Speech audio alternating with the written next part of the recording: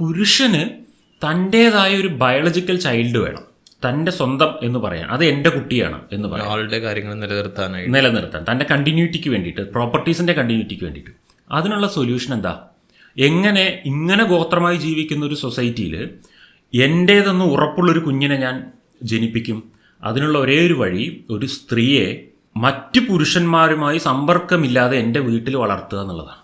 അപ്പോൾ ഒരു സ്ത്രീയെ വീടിനകത്ത് തളച്ചിടുക, അവൾ പുറത്തു ഇറങ്ങുന്നില്ല അധികം, അവളെ ആരും കാണാനും വരുന്നില്ല. അങ്ങനെയെങ്കിൽ അവളുമായി ലൈംഗിക ബന്ധത്തിൽ ഏർപ്പെട്ടുണ്ടാകുന്ന കുഞ്ഞുങ്ങളെല്ലാം എൻ്റെ തന്നെ ആയിരിക്കും. അവൾ പ്രസവിക്കുന്നുണ്ടെങ്കിൽ അത് എൻ്റെ കുഞ്ഞായിരിക്കും, ഉറപ്പുവരുത്തിയില്ലേ. അപ്പോൾ സത്യത്തിൽ സ്ത്രീകളുടെ സ്വാതന്ത്ര്യം ഹനിക്കുന്ന ഒരു പരിപാടിയാണ് കേട്ടോ ഇത്.